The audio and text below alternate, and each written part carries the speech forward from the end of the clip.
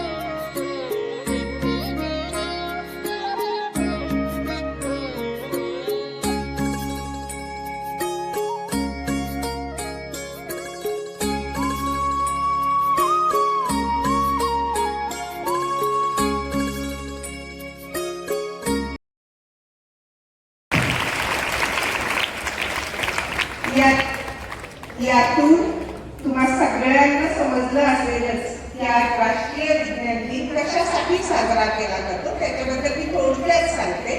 राष्ट्रीय विज्ञान दिन कुठल्याही शास्त्रज्ञांच्या जयंती किंवा पुण्यतिथीसाठी साजरा केला जात नाही, तर 28 फेब्रुवारी या दिवशी डॉक्टर C.V. रमन यांनी आपला रमन इफेक्ट या शोधाचा नेचर विज्ञानातलं सगळ्यात मोठं जे नेचर नावाचं मासिक असतं त्या मासिकात सादर केला आणि त्याच्यानंतर त्यांना नोबेल प्राइज मिळालं। हे नोबेल प्राइज मिळणं हे काही सोपं नसतं। हे नोबेल प्राइज सगळ्यात पहिल्यांदा नुसत्या भारतातल्याच नाही, विज्ञानातलं फक्त भारतातल्याच नाही तर आशियातल्या पहिल्यांदा नोबेल प्राइज मिळवणारे शास्त्रज्ञ हे C.V. रमन असते होते। त्यांनी रमन इफेक्ट म्हणजे काय याच्याबद्दल थोडक्यात सांगते। रमन इफेक्ट मगाशी आरोग्यांनी सांगितलं त्याप्रमाणे की आकाश आपण म्हणतो की आपली पृथ्वी बाहेरून बघितली तर निळ्या कलरची दिसते, तर हा निळा कलर काय असतो याचा शोध डॉक्टर C.V. रमन यांनी केला। आता निळा कलर म्हणजे काय असतो, सुरुवातीला असं समजलं जायचं की आकाशाचा निळा कलर आहे, त्याचा पाण्यात प्रतिबिंब पडून आपल्याला पृथ्वी निळी दिसते। पण सादर करण्यासाठी मी साहिल ठोंबरे यांना बोलावते। विज्ञानाची प्रगती, विज्ञानाचा नवा ध्यास, विज्ञानाने देशाचा विकास।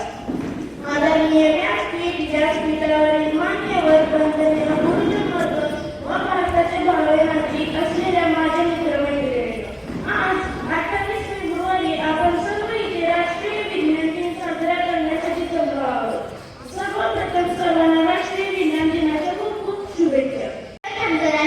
आज आहे विज्ञान दिन, हा जगभरात खूप आनंदात आणि उत्साहात साजरा करतो। C.V. रमन यांच्या निमित्त आपण हा दिवस साजरा करतो। त्यांना विज्ञानाचे शोध लावायला खूप आवडायचे। एकदा ते समुद्राच्या किनारी बसले होते, तेव्हा त्यांना तिथे निळेशार पाणी दिसले। ते म्हणाले, हे पाणी निळेशारच का? पुढे त्यांनी त्याचा शोध लावला। असे वेगवेगळे शोध त्यांनी लावले। एकदा तर सकाळ झाली होती, ते खुर्चीवर बसून पेपर वाचत होते, तेव्हा सूर्यप्रकाशाच्या किरणातून एक किरण एका पारदर्शक पदार्थावर पडली आणि तिथे थोडासा बदल झाला। ते म्हणाले, इथे असा बदलच का झाला? आणि त्यांनी पुढे त्याच्यावरती शोध लावला आणि त्यांनी इतका छान शोध लावला की पुढे त्यांना एक पुरस्कारही मिळाला। असे होते C.V. रमन, त्यांना वेगवेगळे शोध लावायला फार आवडायचे।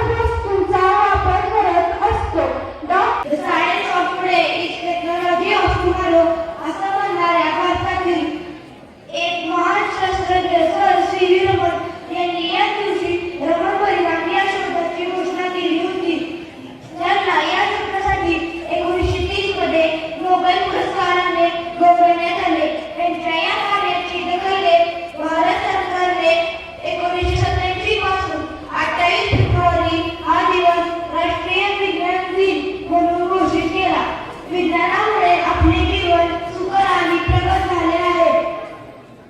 आपण सकाळी उठल्यापासून ते रात्री झोपेपर्यंत विज्ञानाचा वापर करतो.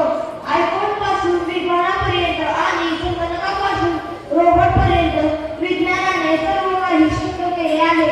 विज्ञान दिनाचा मुख्य उद्देश समाजात वैज्ञानिक दृष्टिकोन पसरवणे हा आहे. जिद्द आणि नवे विचार, प्रयोग, जिद्द आणि नवे विचार. विज्ञानच उजळवेल नवीन संसार. विज्ञानच उजळवेल नवीन संसार. विज्ञान म्हणजे नेमकं असतं तरी काय? विज्ञान म्हणजे सत्य शोधणे आणि अंधश्रद्धेला नाही म्हणणारा ज्ञानाचा प्रकाश म्हणजे विज्ञान असते. आज राष्ट्रीय विज्ञान दिनानिमित्त आपण सर्वजण एकत्र जमलेलो आहोत. हा दिवस म्हणजे भारतातील महान शास्त्रज्ञ सी.व्ही. रमन यांनी लावलेल्या ऐतिहासिक शोधाची आठवण म्हणजे रामन इफेक्ट.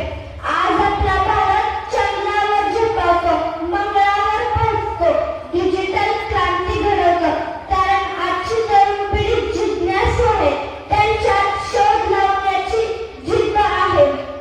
त्यांच्यात शोध लावण्याची जिद्द आहे आणि का हा प्रश्न विचारण्याचं धाडस आहे. शेवटी मी एवढंच म्हणते, विज्ञान आपल्याला हेच शिकवते की अंधाराला घाबरू नका, दिवा लावा. अंधाराला घाबरू नका, दिवा लावा. प्रश्न टाळू नका, उत्तर शोधा. प्रश्न टाळू नका, उत्तर शोधा. स्वप्न फक्त पाहू नका तर ती पूर्ण करा. स्वप्न फक्त पाहू नका तर ती पूर्ण करा. क्रांती, विज्ञानाची प्रगती. विज्ञानाचा नवा ध्यास, विज्ञानाने देशाचा विकास. विज्ञानाचा नवा ध्यास, विज्ञानाने देशाचा विकास. आज 28 फेब्रुवारी आपण सर्व इथे राष्ट्रीय विज्ञान दिन साजरा करण्यासाठी जमलो आहोत. सर्वप्रथम तुम्हा सर्वांना राष्ट्रीय विज्ञान दिनाच्या खूप खूप शुभेच्छा. या विज्ञान दिनी विज्ञानाच्या सहाय्याने देशाचा विकास करण्याचा प्रण करूया. विज्ञानाच्या दिनी विज्ञानाच्या सहाय्याने देशाचा विकास करण्याचा प्रण करूया. विज्ञान व वैज्ञानिकांचा सन्मान करूया. विज्ञान व वैज्ञानिकांचा सन्मान करूया. धन्यवाद. प्रश्न मंजुषा. 20 बक्षीस, 20 प्रश्न, 20 बक्षीस आणि एक बंपर बक्षीस टी-शर्ट असेल. स्पर्धा म्हणली की काही नियम आहेत. स्पर्धा म्हणली की काही नियम आहेत. या पृथ्वीवरील सर्वात कठीण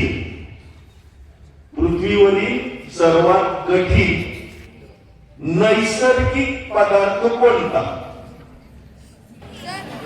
तर हिरा आहे. एक पहिला पेन केला, एखादी वस्तू किंवा फुटबॉल वर टाकला. ग्रॅव्हिटी. बरोबर. बरोबर. गुरुत्वाकर्षण बाळा वर जावा. 5वी ते 7वी साठी पुढचा प्रश्न आहे. पाण्याचे रासायनिक चिन्ह किंवा रासायनिक सूत्र काय?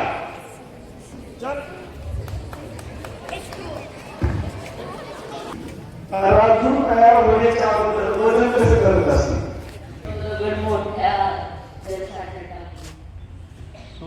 बऱ्यापैकी जवळ गेला.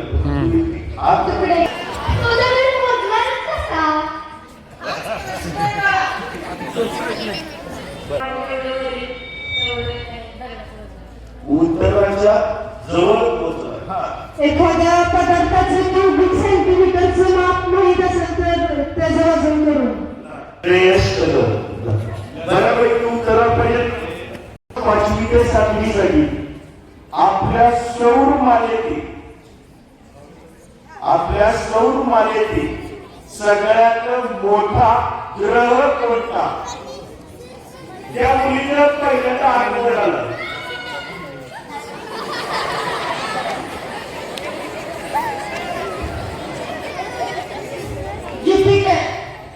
मराठीत काय म्हणतात त्याला?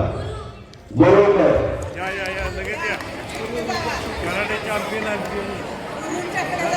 त्याच्याबरोबर पहिल्यांदा हात वर केलेला बरोबर हा बरोबर येऊन हे पुढं लोखंडाला गंज लागण्यासाठी ज्या वेळेला लोखंड पाणी आणि ऑक्सिजन यांच्या संपर्कात येतो त्यावेळेला आयर्न ऑक्साईड तयार होतं याला गंजणी असं म्हणतात. सामान्य बोली भाषेत काय म्हणतात? पहिला पर्याय प्रगती काय आहे? बरोबर आहे. तुम्हाला 2 बाटल्या एक CO3 बरोबर आहे. सामान्य नावाने हे जर तुम्हाला माहित नसेल आणि चुकून जर आदला बदली झाली आणि चुकून खाण्याच्या सोड्याच्या वेळी धुण्याचा सोडा घेतला गेला तर काय होईल हे तुम्हाला माहिती आहे. म्हणून सरांना सांगितले की हा प्रश्न चांगला होता, तुमच्या लक्षात राहायला पाहिजे. सामान्य सूत्र आणि त्याचबरोबर सामान्य. बायोगॅस मध्ये कोणता वायू नसतो?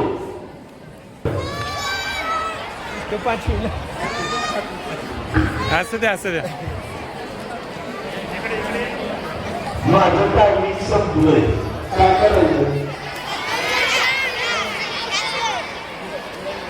ओके आपण आदित्य कार्यावर गेलो तर आता तुम्ही तिथं मोठ्यांदा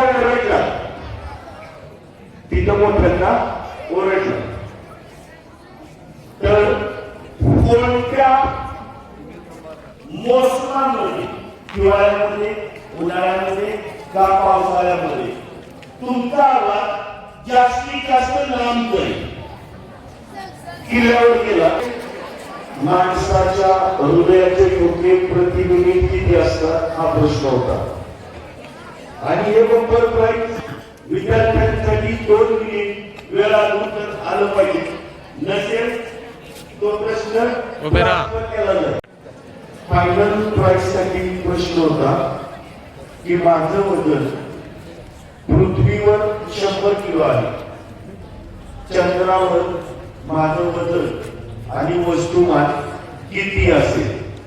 तर याची 2 उत्तरं बरोबर आली. आपण माझं नाव ओम शिंदे. उत्तर असं आहे की चंद्रावर गुरुत्वाकर्षण हे पृथ्वीच्या 1/6 पट असतं आणि वस्तुमान तेच राहतं. 66 हे वजन चंद्रावर असतात.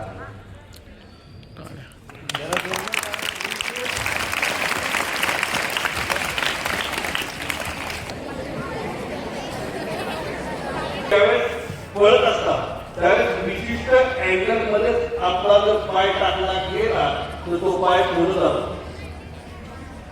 त्याचप्रमाणे तुम्ही जर एखादं वजन उचललं आणि फॉर एक्झाम्पल तुमच्या शोल्डरच्या रेंज मध्ये जर तुमचे पाय ठेवले तर ते वजन तुम्ही व्यवस्थित उचलू शकता. उदाहरणार्थ गोळा फेक करताय, तुम्ही जर विशिष्ट अँगल मध्ये जर गोळा टाकला तर गोळा लांब जातो. या अँगल मध्ये टाकला तर गोळा उचलून इथंच पडणार, या अँगल मध्ये टाकला तर गोळा तिथं पडेल, या अँगल मध्ये टाकला तर तिथं पडेल. परंतु विशिष्ट अँगल मधून जर हात तुमचा गेला तर गोळा लांब जाईल. आणि ह्या सगळ्या बाबींमध्ये विज्ञान आहे. सर सी.व्ही. रमण यांनी रमण इफेक्टचा शोध लावलेला आहे.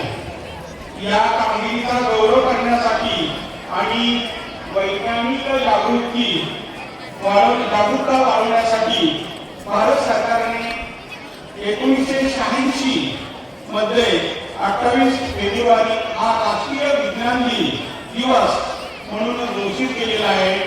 आणि हा दिवसात औचित्य साधून आपला इथे कार्यक्रम आपण छानपैकी साजरा केला.